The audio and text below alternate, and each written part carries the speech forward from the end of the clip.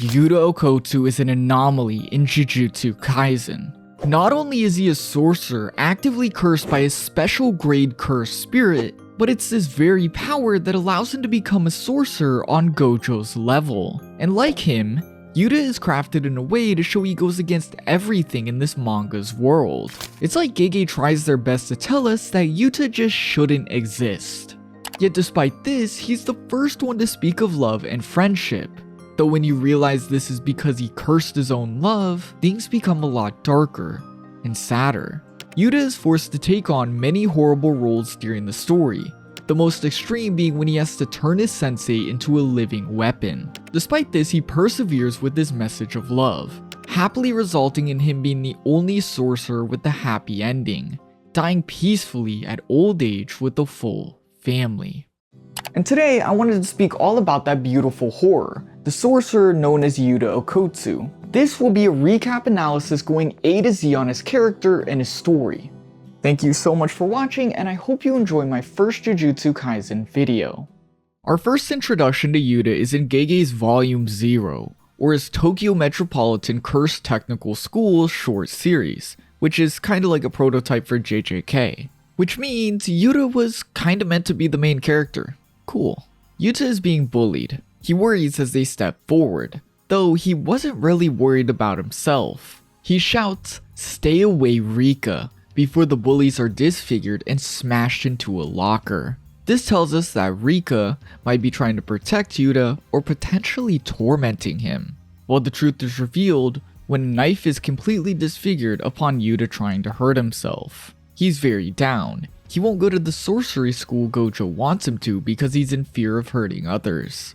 But when Gojo suggests he'll be lonely, this changes.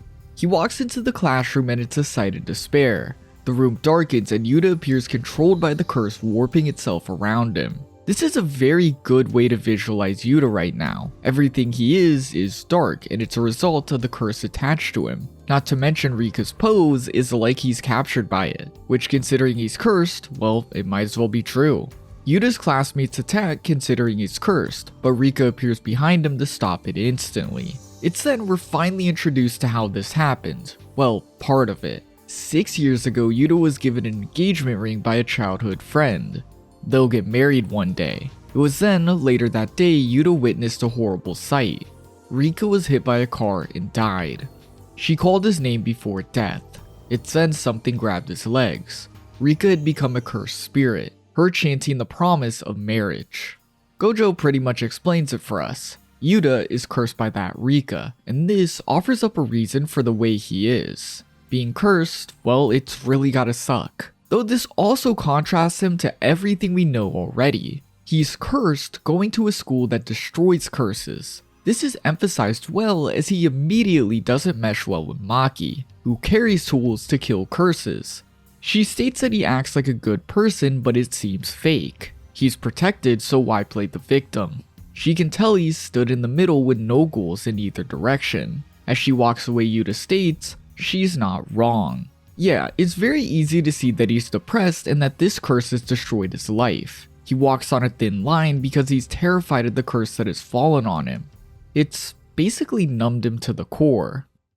Yuta is then stuck with Maki to destroy some curses. Yuta is scared, but the spirits are more scared of him. This is because he's special grade already.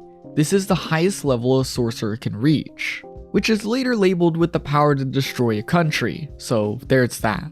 Though this is when a curse attacks, it means it has the confidence to beat him, therefore it has to be somewhat strong. It attacks Maki and Yuta witnesses children with cursed wounds. Yuta terrified as Maki confronts him on his reasons for being here. He states he wanted to disappear when Gojo said he'd be lonely without the school. Gojo was right. He wants to be with people, he wants to be relied on, and he wants to believe it's okay for him to live and exist. This already establishes a core idea for Yuta's character. He wants to be around, he wants to be needed. Basically, he wants to be loved. His purpose of living is this very love. This realization gives him the confidence to fight back. He takes the engagement ring from Rika and puts it on. And in a second, cursed spirit Rika breaks out and smashes the curse. Yuta carries everyone out as he decides it's finally time for a change. and in his mind he imagines Rika pushing him on. He reflects with Gojo after the fact. He summoned Rika, and it caused him to remember a memory. After she had given him the ring, Yuta said they'd be together forever. Maybe the truth is Rika isn't cursing him. He cursed Rika. Gojo states, love manifests the most distorted curses, giving Yuta the ambition to unravel Rika's curse at this school.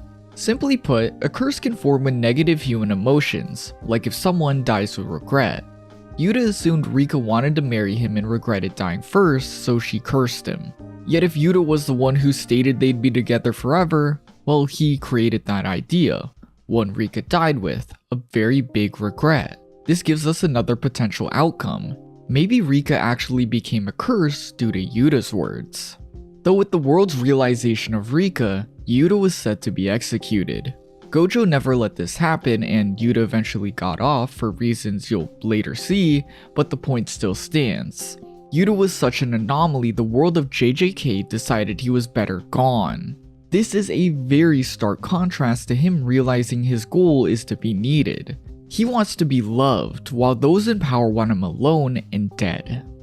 Yuta is then taught the basics at the school, where it's explained the ring summons Rika because curses are more stable in an item. Yuta is told to use the ring to summon Rika, channel the energy created by the curse into a blade, and control it to become strong, as mastering this creates a bright future for them both, where the curse isn't much of a curse at all. Gojo really saw the future on this one. Yuta is then dispatched on a mission with Inumaki. The mission goes a bit all over the place, but Yuta uses his energy correctly to fight. He then helps Inumaki clutch up and they make it through, only due to one another, setting up this friendship that Yuta clearly values a lot. Here, the main villain of JJK0 makes his appearance, Geto, where he observes Yuta and holds on to his sorcerer ID card. Of course, he needs to return this, so he appears soon after in front of the school. He takes Yuta's hand and applauds his power, questioning his values when it comes to the world as Yuta blankly stares forward. He has been depressed for so long and he has no idea about values at all, so of course Geto can't connect to him.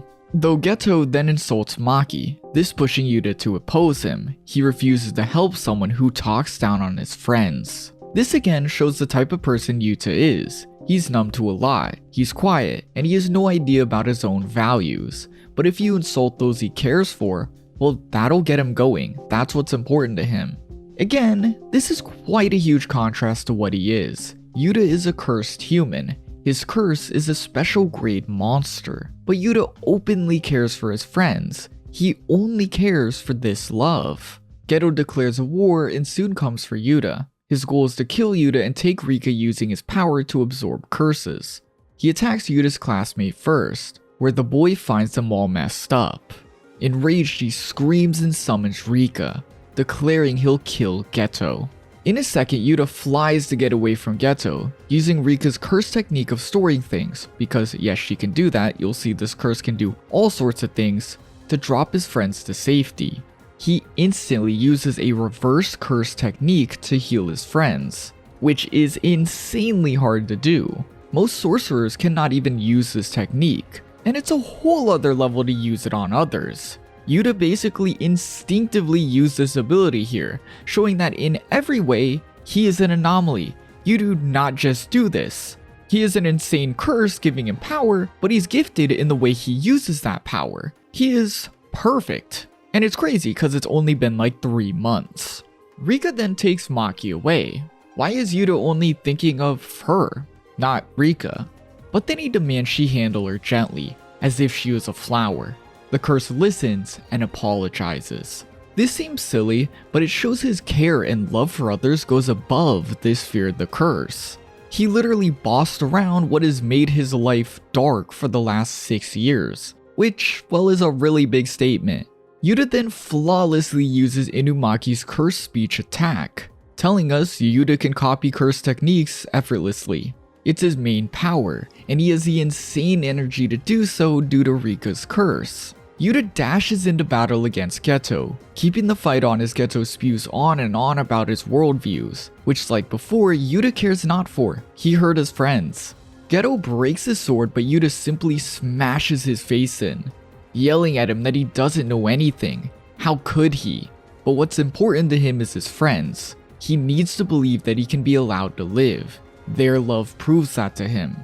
Geto threatens this, so he must die. Simple, and as I've been saying, love is everything to Yuta. Geto summons his ultimate attack as Yuta looks to Rika. He hugs the spirit. He thanks her for protecting him, for her love. He states he wants to stop Geto. After that, everything she wants is hers. They'll be together forever. He loves her and kisses her as she explodes with energy, summoning it all as he states it's pure love. He obliterates Geto, leaving him bleeding out when Gojo finishes it. After the fight, Yuta readies to complete his promise. He'll go with Rika. The assumption he still has is that Rika cursed him. If he accepts, she'll take him and they'll die, extinguishing the curse alongside his life. Though the curse then turns into the human Rika, Gojo revealing the curse has been broken, but it's the other way around. Yuta cursed Rika. When she passed, he refused to accept it.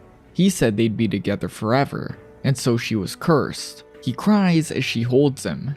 Thank you for letting her be at his side. She says farewell and disappears. Yuta continuing on as a sorcerer with her ring as a reminder. JJK0 is a brilliant introduction to Yuta. The main point of it was to introduce and show us what Yuta's curse is and to explain it away, which is a tragic story to put it lightly. Yuta pushed himself away from everything and became numb due to the presence of this curse. The one thing he yearned for was a place to belong, that being with people who accept him. But he never knew the whole time that Rika was there, trying to love him instead of torment him.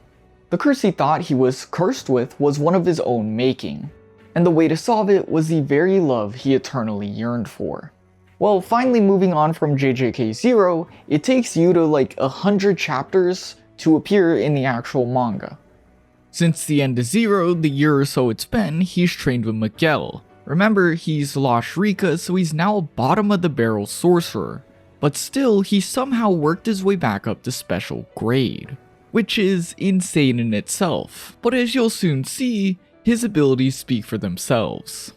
Yuta will be mentioned here and there through the main Jujutsu Kaisen story, like in chapter 11 by Gojo as a great student, but even here he is drawn a bit down and mysterious.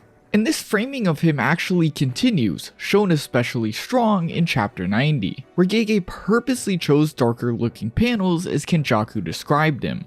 There's a good chunk of people who haven't read JJK0, and even though Gege ended up using a lot of it for the main series, it would seem Yuta is kinda meant to be kept a secret, choosing to introduce him in a way that almost makes him seem like a completely different character just with the same name. At this point, Yuta is built up to be insanely strong, but insanely dark and mysterious. As a reader, we're meant to feel very apprehensive of him as a character, so when he's reintroduced as an opposing force, well, it works very well if you just don't think of JJK0 yet. Yuta officially enters the story in the aftermath of the Shibuya incident. A curse goes on to eat a girl, but he jumps from above and destroys the giant monster with one stab. When he crouches before the girl, the spirit tries to fight again, but it disappears. Yuta telling Rika to not overdo it. Yeah, I know Rika was just removed and I just explained that, and she's back. Just give me 1 second, I promise I'm gonna explain that. Yuta steps in to speak to the higher-ups. They don't trust him much, but he is willing to enter a binding vow for them. He's serious, stating even if he's also Gojo's pupil, he cut off Inumaki's arm. He wants to execute Yuji. Notice how Gege drew Yuta here as ominous as possible. Small pupils, bags under his eyes, and an almost maniacal expression as he downed the curse. This is a very different way we're meant to look at Yuta, and for people who don't know JJK0, this comboed with an expressed urge to kill Yuji, well, he's definitely an opposing threat to our cast. We should be scared of him. Yuji finds himself with Choso in a battle against Naoya, yet this is when a huge force of energy stops all of them. It's Yuta. Yuji mistakes the energy for Gojo. That is how strong Yuta is, but he states besides that, it's even creepier. Again, Yuta is built up to be a huge, ominous threat to us. Yuta jumps down and smashes the area around him. He's strong, and quickly jumps in to fight Yuji. effortlessly keeping up with his immense speed. Yuji throws a car at him, pushing him back as he tries to run, but Yuta tosses it right back. He may not be physically strong, but his energy is immense. It more than makes up for his strength. Yuta states he's got more cursed energy than Gojo. Of course Gojo is stronger and his doesn't run out, but this sets up a comparison the manga will continue to hint at. Yuta is almost the next Gojo. That is what this world kind of expects of him. And it's, well, what we should expect too. The immense energy completes a part of the puzzle too. Tons of energy is perfect for a guy who can copy techniques. He's literally kind of the blend for a perfect sorcerer. Yuji and Yuta's battle continues as Yuta is shown to be immensely strong and emotionless. Yuji breaks his sword. Yuta simply looks at it. He isn't worried. But it's then Rika grabs Yuji by the head, appearing out of thin space. Remember, this is a very strong Yuji, and he just couldn't move. He was frozen. Rika is not weak. Yuta states they were just playing, but since he's here, hold him still. He stabs Yuji in the chest, ending the fight instantly.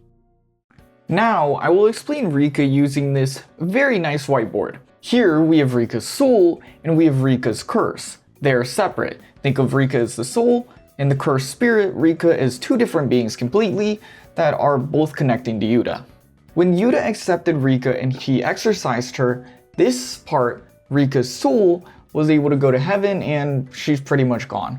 That leaves just Rika the cursed spirit. She is cursed, so the cursed spirit is not going anywhere.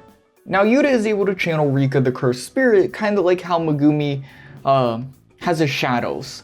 And he does it through the ring. Like, imagine this is the ring, whatnot. Yuta has the ring becomes Rika. He can channel Rika through this ring. Again, think of like how Megumi will do the hand signs and they'll come up, whatnot. Of course, this all works very well because you have the happy ending where Rika's soul gets to go to the afterlife. She gets to rest comfortably. But it also keeps Rika the cursed spirit, which is cool, crazy, and acts hilarious, for Yuta, which keeps him in the story. It all just works very well. This also explains why Yuta wasn't executed, because Yuta now had control of this through this. This was no longer a curse attached to him and no longer was a threat. So, yeah, pretty cool. Yuji wakes up. Yuta is next to him. He appears as terrifying, but then he laughs. He explains how Gojo came to him to watch over Yuji. He had to put on an act. He knew something would happen to him soon, so Yuta would need to take care of his students, especially Yuji, who was set up to be executed just like him. In order to get the higher-ups to trust him, Yuta entered into a binding vow. He had to kill Yuji, and he technically did. He just used a reverse curse technique to heal him the second his heart stopped. Yeah, remember Yuta can just do that to this level. He is not something to laugh at. He states he did this simply because Yuji is important to people who are important to him. Now this is reminiscent of that JJK0 Yuta we know, and I really like how Gege did this. Yuta was tricking the Jujutsu world to save Yuji because Gojo no longer could, and so Gege did it in a way to trick us too, making Yuta appear as super dark, an anomaly, in the way he is a sorcerer trained by Gojo, but he wants to kill another trained by Gojo. Though this here reveals that by all definitions, he is still that character from JJK0. He's a character that still goes against the world he exists in. He was cursed, still he uses that power to exercise curses. And he still refuses to conform to anyone's reasoning, even to the people who control the world. This is best expressed with his simple reasons. He wanted Yuji to be safe because he's important to people he loves, so he made sure Yuji would be safe. This is why Yuta works so well. He goes against everything in Jujutsu Kaisen's world. He's an anomaly in the way that he's very dark. He was cursed, and he doesn't care one bit for things like power or politics. And that's really the best part, as he does everything here for others, which is just so crazy for a series where every character has ulterior motives and is just crazy or very evil. So Yuta is just very nice. It's nice to see a character actually about love and others rather than his selfish goals. In the same way Rika needed his love to pass on, Yuta is ready to give love and be there for those who need it. He's ready to step up and be one people can rely on. His existence itself is a showcase that simply protecting what you love is strong enough to surpass even the greatest threats. It's here Kenjaku announces the culling game, a scenario that is designed to get Japan ready for his personal plan of human evolution. Yuta cares for the culling games. Not only are innocents going to be at risk, but his friends need help. Megumi's sister's life is threatened due to the game, but not just that, the game offers a way to free Gojo, his sensei, and someone he cares deeply for. Therefore, all makes sense when Yuta, one who wants to protect and care for his allies, is the first to leave and join the game. The game begins for Yuta in a bloodbath. He has no qualms killing other sorcerers to rack up the points he needs. Though Yuta is also happy to guide uninvolved humans stuck in the chaos. He's constantly shown to be selfless. Even when a special grade cursed spirit attacks, he uses Rika to help the people rather than himself. The special grade curse directs itself at Yuta, and as he watches he thinks on the situation. He needs to eliminate threats like this who will attack people indiscriminately. On top of this, he needs points to add rules to break Kenjaku's culling game. Yuta thinks of Shibuya. That incident was a heavy toll for everyone. Then he thinks of Gojo. He doesn't want him to kill his best friend a second time. Gojo had previously killed Geto. Killing the one taking his body is a huge emotional toll. After all, that's what got him sealed. He declares he will kill Kenjaku, and by himself he will get all the points needed. So here we must come back to something I briefly mentioned and speak about it in a very big way. Yuta is basically the next Gojo. Not only is he often compared in energy and crazy strength, but it's shown that they actually have very similar ways of operating. Not really caring for politics and such, they move at their own selfless whims, all for the betterment of those around them. Though here, it would seem Yuta unintentionally readies to take that mantle. Considering he uses more somber language, he seems to blame himself for not finishing Geto in JJK0. It was a burden Gojo had to bear killing his friend, because, well, Yuta didn't finish him. He doesn't want Gojo to do it again. Therefore, to protect his sensei, he sets his eyes on Kenjaku. This becomes a very big factor for Yuta going forward, killing Kenjaku, and as we'll see, he'll pretty much do anything to help his friends and get this one very specific goal done. Still, right now Yuta faces the cursed spirit. He cleaves its arm off, smashes his blade down onto it, and takes many heavy hits as he's downed, seemingly out cold as the curse towers over him. But then he bites down on the spirit's skull, blasting the beast's face and sending it back, seemingly killing it. He used reverse curse technique to output energy through the mouth. Again, I said he'd do anything for his goal, no matter how grotesque. A woman sorcerer then appears behind him, the sky cracking as Yuta is sent to the ground. The two clash and her power is shown to be strange, distorting the sky around him. Yuta figures this out and decides to ask a question. She won't complain if she dies, right? He understands why the powerless get desperate, but she's strong. She can take points, so why seek out pointless battles like this? The woman, Yuro, states it's because she came back from the underworld. She didn't complete her first life without regrets and now she has a second chance. So more points the better.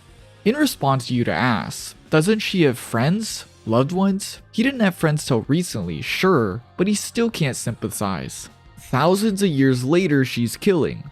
How can she be so desperate for her own sake? In the face of someone wishing to cause carnage for the sake of it, one who has nothing better to do than reincarnate for battle, Yuta proclaims his view. Others and their love comes first. He cannot understand why people who just want to battle like her exist. Just a statement to, how selfless he is. Hearing this, Yuro calls Yuta one of the Fujiwara. More on this in a second, just don't forget it. Please keep it in the back of your mind for me. But this is when another player enters the field.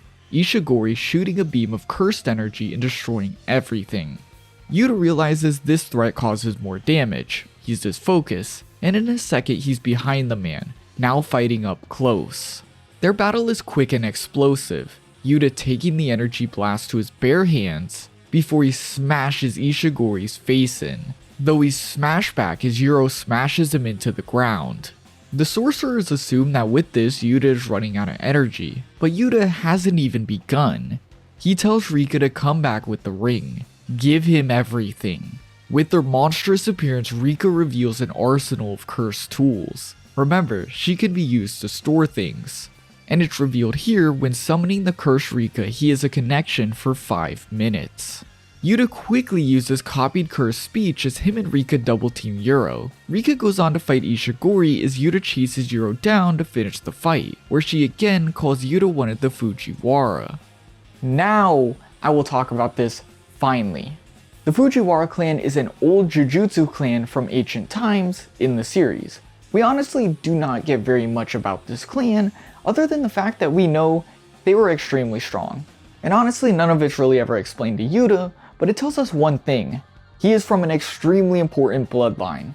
This offers up a lot of subtle explanations to how he picked up being a sorcerer so fast. Remember, he was using reverse curse technique in like 3 months. But it doesn't just end there.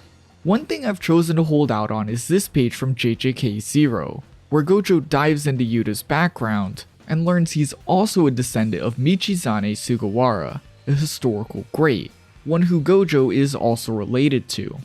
Now, not only does this tell us that he's Gojo's very far-off cousin, which is just cool, but it tells us that Yuta is part of 2 extremely prominent bloodlines. Now, at first, this seems kinda pointless to add into the story if you're just not going to talk about these clans in detail, but it actually offers up and tells us one thing about Yuta, that he is extremely gifted. In a story where bloodlines are constantly shown to be important, he is a mix of legendary status. This isn't really important in Yuta's case when it comes to techniques or family, etc., but is more so important to what it ends up meaning. As despite basically learning he's this important, he is this much going for him, he never lets it go to his head. He never ever changes from his selfless quest of love, and I think that says a lot about his character. The 3 sorcerers of this battlefield feel their hearts beat simultaneously. They all lock in domain expansion. The black barrier covers the area as the cursed spirit from before comes into attack, impeding into the domain brawl. 3-way domains are already very unstable, but with the addition of something unexpected, the domains shatter and all are shocked. Yuro is distracted by the cursed spirit. Yuta takes the chance to kick her, and remember, after a domain, cursed techniques are hard to use, so she has no defense. It destroys her arm, Rika eats it, and Ishigori finishes her with the beam, because he's just the only one who can use his power after a domain. I guess he's just special. Now, the fight is a duel between Yuta and Ishigori. Yuta's technique is still not back. He was hoping to surprise Ishigori before he reached the blast of full power, but seeing this excitement, Yuta decides he'll challenge him equally. Yuta cares not for fighting as an art, but Ishigori does, and Yuta seeing this love, him being a man who fights to protect his love, he respects it. Their blasts meet equally. Rika fires a blast of her own. As it strikes, Yuta jumps forward. Ishigori fires a blast point blank, but Yuta, having had Rika eat Yuro's arm, can copy her technique to direct the blast to the sky, and back down, incinerating Ishigori with his own technique. Yeah, this pretty much gives us everything for the new Rika's technique. Like before, Yuta manifests her using the engagement ring. Love that it's the same because, well, he's all about love. Personality-wise, Rika is also the same. Even though her soul is gone, the curse kept her personality all crazy in love with Yuta, which just leads to some funny moments. He can summon her for 5 minutes at a time. He gets tons more energy, she fully manifests as a spirit, and she can still store objects. Though most importantly, in these 5 minutes, Yuta can use copy techniques like cursed speech. Before, Rika was just able to do this, but now it appears she has a condition to copy. She must consume a part of the person. So with Yuro's arm, Rika ate it and Yuta could move the sky like her. Pretty insane condition, but it does make sense she was nerfed a little bit. After the fight, Yuta speaks to Ishigori. He tells that Yuta will be pushed over the edge. He'll become like Sukuna in aggression. His strength will blind him. Though he then calls Yuta soft, leaving Yuta to think about how Yuro said the same thing and he couldn't say anything in response, because he himself is blessed. While Yuro, when given the chance to reincarnate, had nothing left to do but battle, because everything had been taken during her lifetime, Yuta is blessed because he has a reason for fighting, his loved ones. He views the idea of fighting for others far higher than fighting for enjoyment or chaos. Yuta then demands Ishigori's points the second the rule allowing transfer of points is approved, Ishigori noting that without this rule, Yuta would have killed them. Yuta smiles and walks away. Here, it's like we see two sides of strength and how Yuta reflects them. Ishigori is a guy who reincarnated with the urge to find the ultimate fight. This is described through dessert. Well, dessert he hasn't yet had. He wants it. This idea is his desire for fighting. A desire he seems to think blinds him. Hence the explanation of Sukuna and aggression.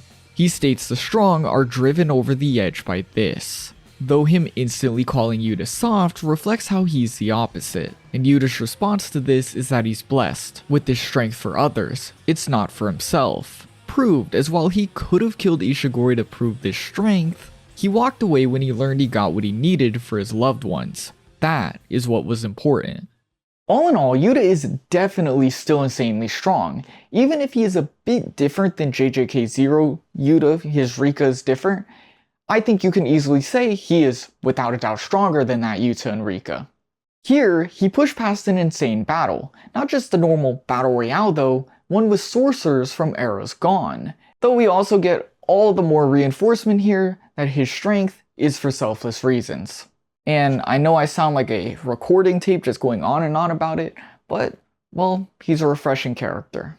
When the final battle approaches, of course Yuta is one of many students hyping Gojo up. It's a very sweet scene. You can tell he really cares for his sensei. Then Yuta is part of everyone watching the big battle against Sukuna. Though I think I had to mention that Yuta is continuously one of the most emotional ones here. He's also the first one to notice Gojo's bloody nose, an indicator of how much he cares for the dude, which is shown even more as he has to be talked out of joining the fight himself, which is good. He probably would have gotten himself killed.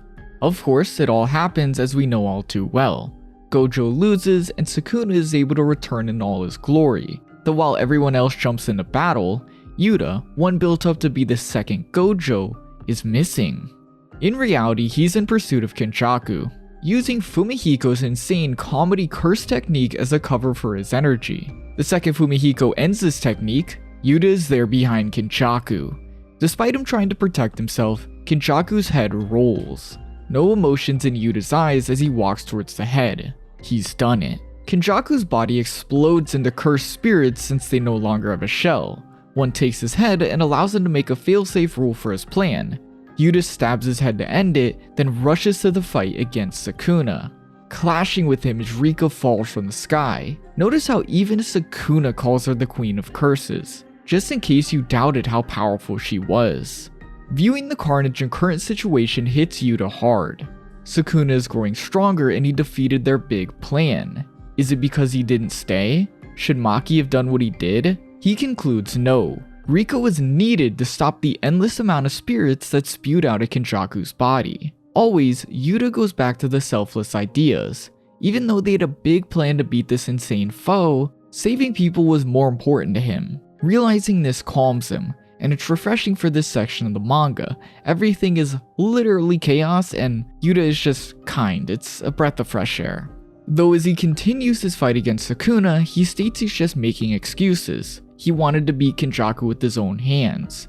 He knows he created this situation. Two things can be true. Yuta can be selfless and selfish. His choice to fight Kenjaku without a doubt saved some, and it spared anyone else the pain of having to put down their sensei's best friend. Yuta was willing to shoulder the burden of such an action. He was willing to take the pain. It was a selfless act even if it having to be him was selfish. Regardless, the choice he made saved some and resulted in pain for others. Yuta must make up for this and again shoulder the burden. He does this by taking the fight into his own hands. He'll do this by fighting Sukuna to his fullest extent in his domain expansion. Yuta's domain, Mutual Love, is like a roulette wheel. It takes every single technique he's ever copied and randomly gives them to him one at a time. It's the perfect partnership between him and Rika. She provides the unlimited energy and copied techniques, and Yuta provides the skill and effort to use those techniques at their best. Together, he can now use every ability at once. He can use copied techniques as he imbues things like his blade with cursed energy. Also remember, domains give you guaranteed hits. This is all guaranteed to hit whoever is put inside. Even better, Rika also exists in the domain. So yeah, pretty insane. At this point, without a domain, Yuta can stand up to the craziest sorcerers, with the exception of Sukuna.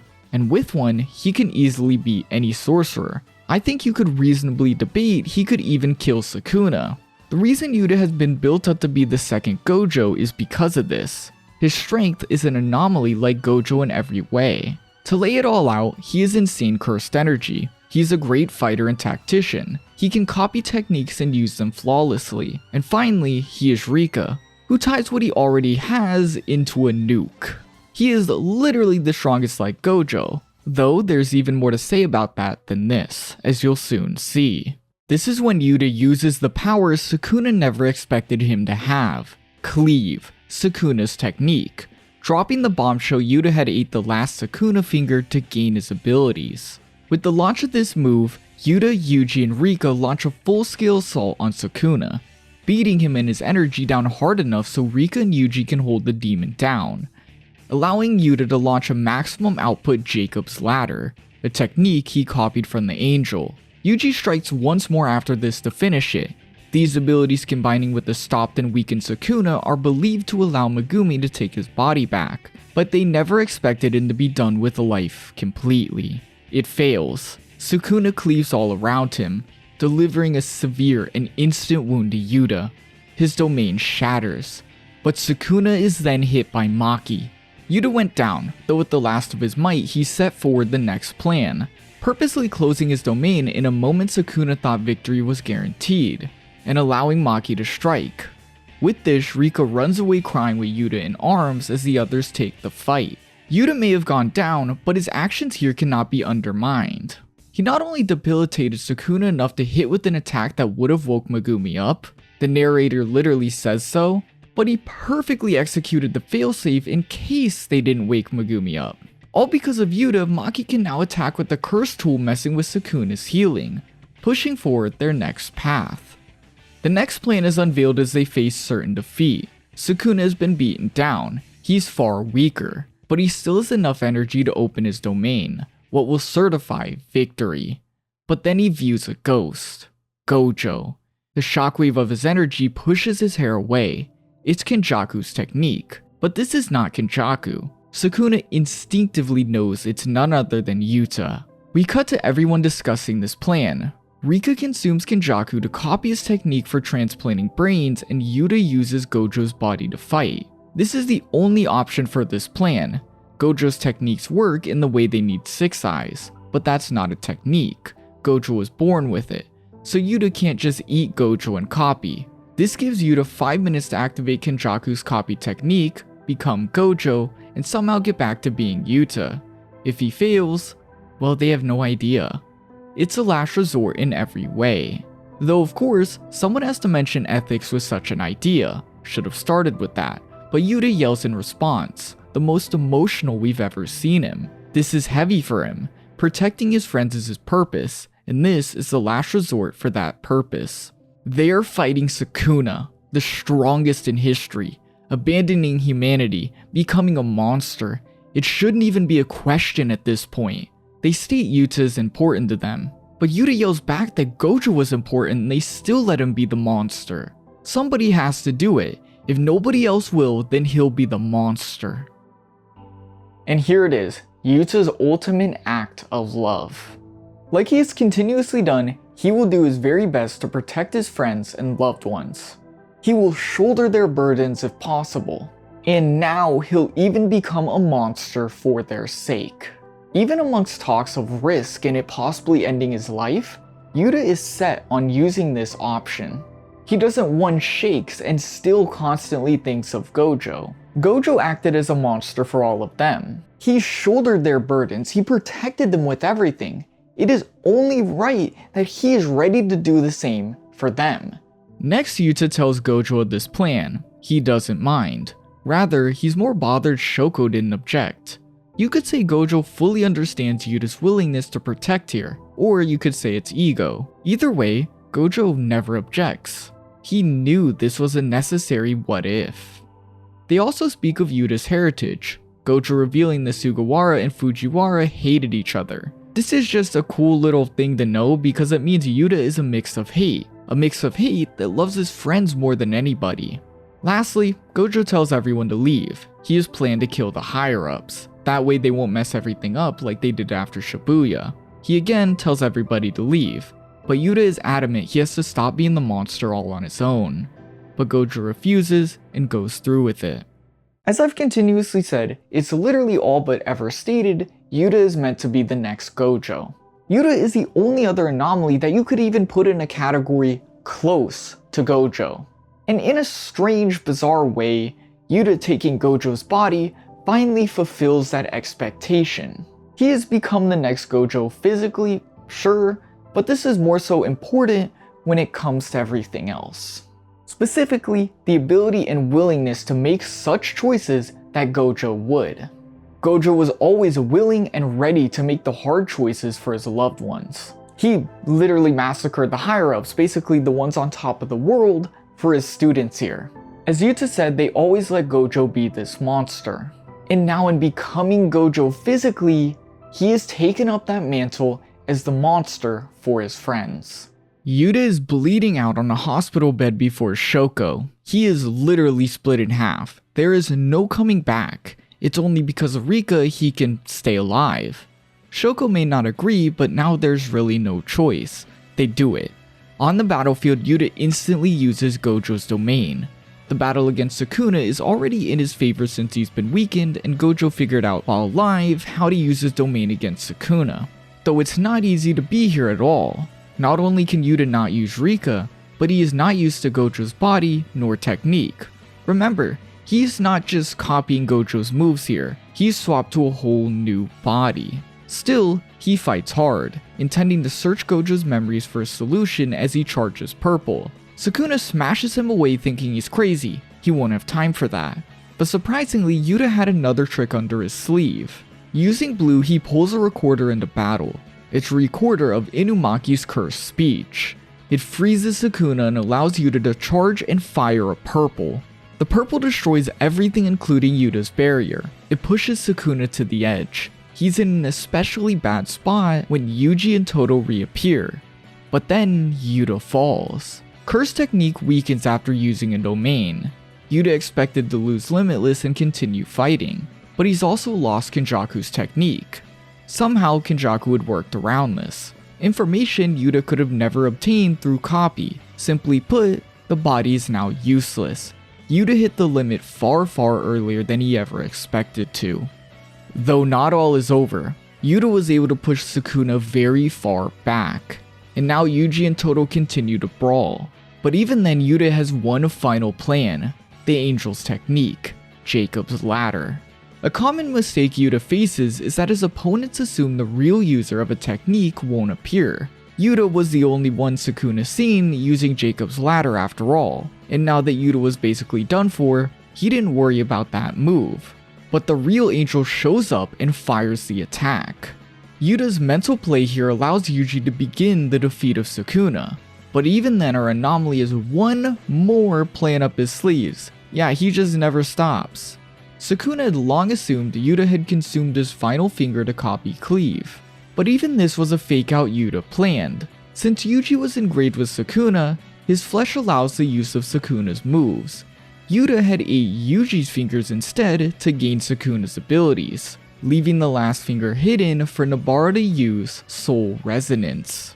The last surprise stun attack that allows Yuji to finish the fight once and for all, ending Sukuna. Other than Yuji, Yuta is without a doubt the MVP in the fight against Sukuna, and considering the mental games he played this entire time, I might honestly put him ahead of Yuji. Yuta began this whole thing by killing Kenjaku, the villain who has plagued the series since the beginning. He then appeared on the battlefield as an essential force, holding Sukuna back before activating his domain that could have killed Sukuna if they weren't trying to free Megumi first. This failed, but of course Yuta had a failsafe ready, that being in the form of Maki, and he executed this failsafe perfectly.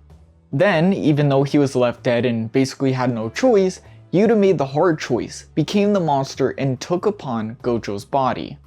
Finally, Yuta's last contribution literally won them the battle. The mental game he put Sukuna in when it came to his finger literally allowed Nobara to hit him with the final stun that allowed Yuji to finish it.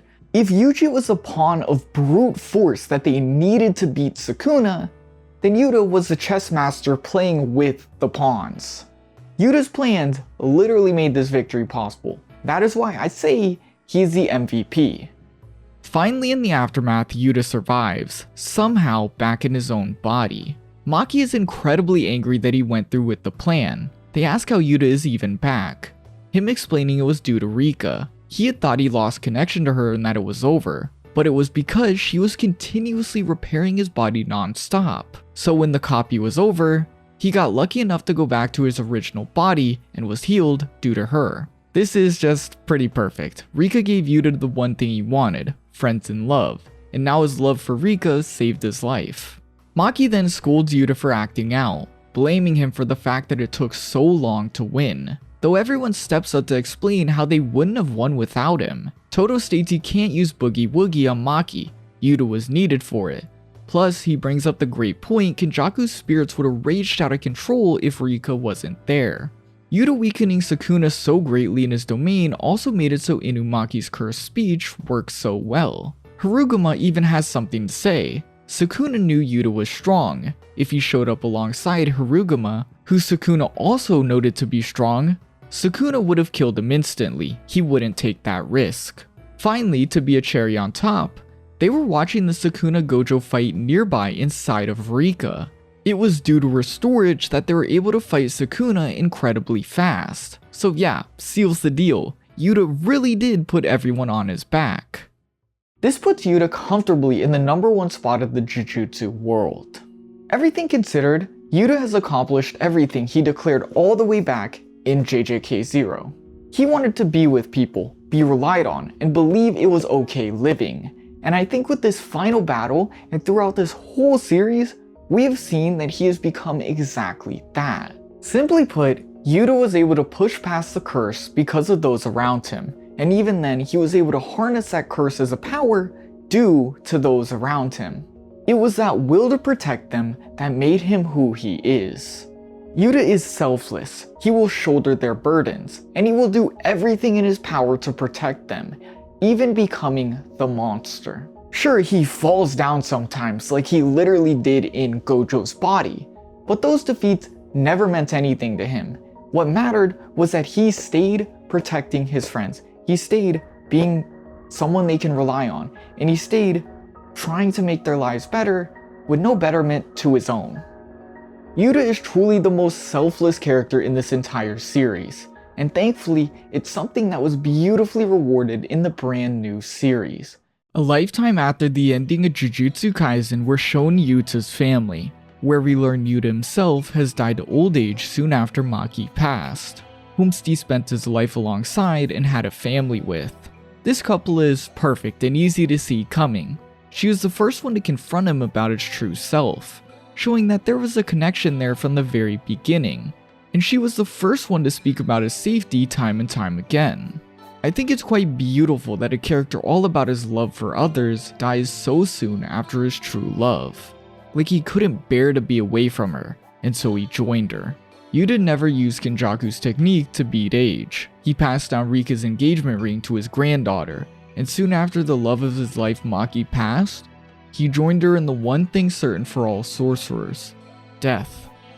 I think it is perfect that someone as selfless as him is rewarded, and you could say he received the biggest reward a sorcerer could ever receive, dying without any regrets. Thank you so much for watching, and I hope you enjoyed my first Jujutsu Kaisen video. Let me know what you would want for other ones, and if you even want any more. Without further ado, I will see you next time. Bye.